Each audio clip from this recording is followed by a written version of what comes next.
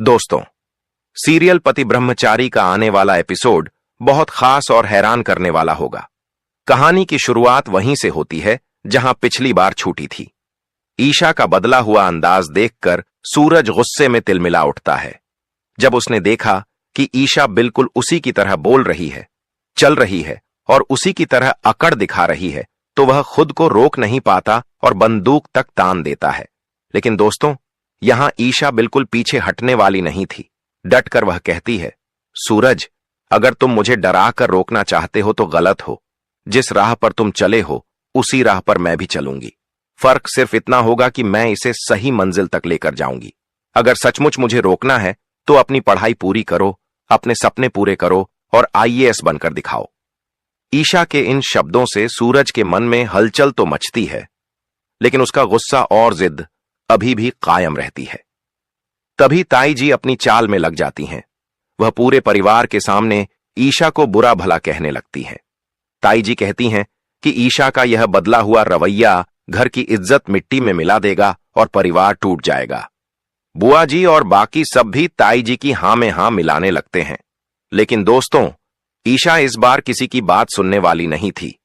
वह सबके सामने डटकर कहती है, अगर इस परिवार की इज्जत बचानी है तो सूरज को सही रास्ते पर लाना ही होगा। उसी समय तारा ईशा के पास आती है और एक ऐसा सच बताती है जिसे सुनकर ईशा के पैरों तले जमीन खिसक जाती है।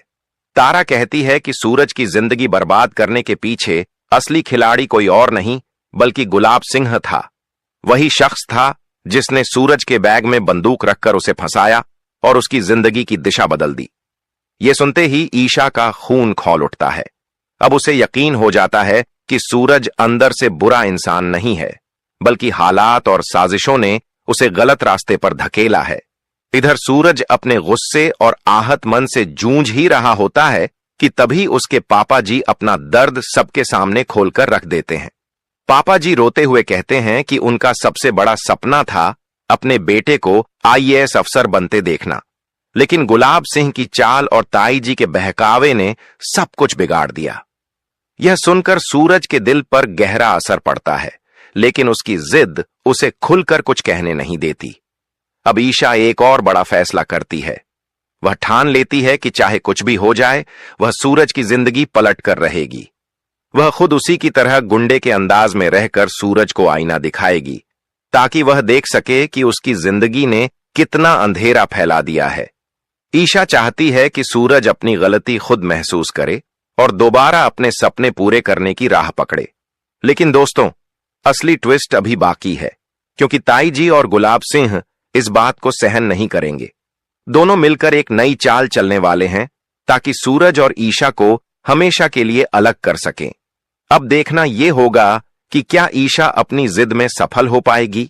क्या सूरज अपनी गलतियों से बाहर निकलकर सचमुच पढ़ाई की राह पकड़ पाएगा, या फिर ताई जी और गुलाब सिंह की चालबाजियां जीत जाएंगी?